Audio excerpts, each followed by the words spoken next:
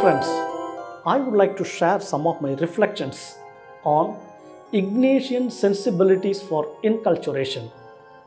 As far as I understand, Saint Ignatius of Loyola did not explicitly speak about inculturation in any of his writings, but he offers a framework in his spiritual exercises that would enable the Jesuits to have God experience in a particular historical and cultural context. For instance, in the two standard meditation, St. Ignatius depicts how the Lord sends his disciples throughout the whole world to spread the doctrine among the people of every state and condition, which means that every disciple of Jesus, precisely the Jesuit, is missioned to explore new possibilities in order to spread the good news in a specific cultural context of the locals. Contemplation on the Incarnation is one of the key meditations of the exercises, which opens up new avenues in the area of inculturation. Saint Ignatius beautifully narrates how the triune persons gaze at the world in exercises number 106. I quote, "I will see the various persons, some here and some there.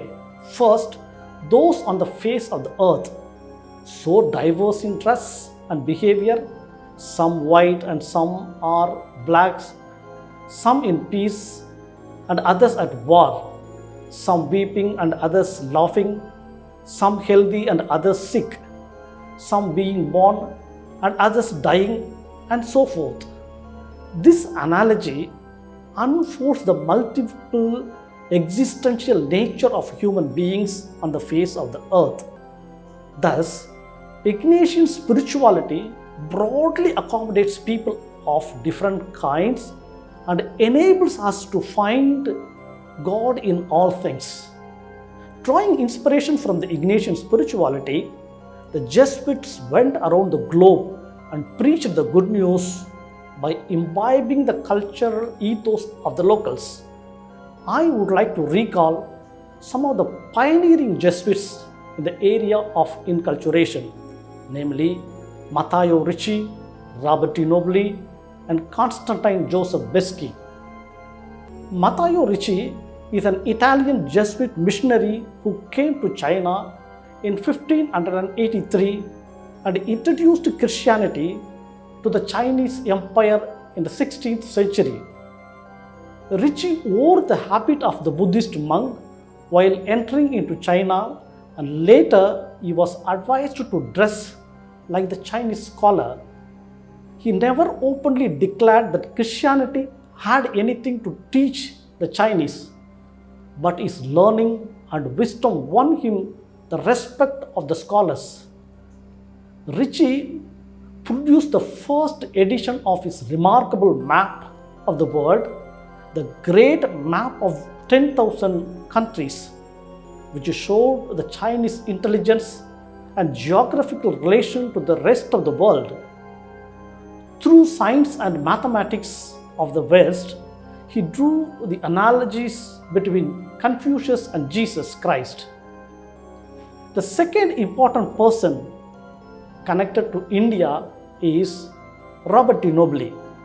Robert Di Nobili came to India in 1605, adapted himself as Brahmin sannyasi in Madurai, the southern part of Tamil Nadu, and followed the Hindu customs like wearing the sacred thread, vegetarian diet, saffron dress, sacred bath, walking stick like any of the Hindu monks. He also mastered in Tamil, Telugu, and Sanskrit languages. He contributed a lot in Tamil literature like Jnana Upadesa Kandam, which is Catechism of the Catholic Church in 4 volumes, Kadavul Nirnayam, Sesunadar Sarithiram, Devamada Sarithiram, and many other translation works. He is also known as the father of Tamil prose. Following the footsteps of Robert Di Nobili, yet another important person who differently approached inculturation with the thrust of the marginalized people is Constantine Joseph Beski. Now, Constantine Joseph Beski, popularly known as Virama Munivar, reached India in 1710 and adopted a lifestyle of Hindu sannyasi. He preached the Christian message in Indian cultural and artistic form. He built many Marian shrines in different parts of Tamil Nadu with indigenous touch. Adaikala Mada Shrine in Yelakuruchi, Periyanagi Mada Shrine in Konakuppam are some of the standing examples for his indigenous way of promoting Marian devotion. Apart from this, his contribution to Tamil literature is enormous. He has contributed at least 23 classical works to Tamil literature. He compiled Chadurakaradi, a dictionary with lexicons, synonyms, categories of words, etc. His poetic work, Thembavani, is an extraordinary epic which speaks about the life and work of Saint Joseph. He had written Thirukavalur Kalambagam, Thonnul Vilakkam, Vediyar Vilakkam, Paramatma Guru Kadai, etc. Therefore, the Jesuit missionaries who were inspired by the Ignatian spirituality had tremendously adopted and identified themselves with the local culture and thus preached the good news more effectively. So their contributions are still making a lasting impact upon the people and culture.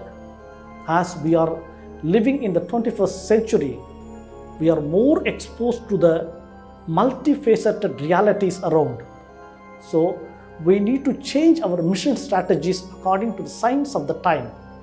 Today people begin to talk about interculturation, which is a reciprocal approach to religion and culture. I share my faith and tradition with you. At the same time, I am open to your faith and your tradition. I am ready to accept the good things found in your culture. Let Ignatius lead us to greater heights. Thank you.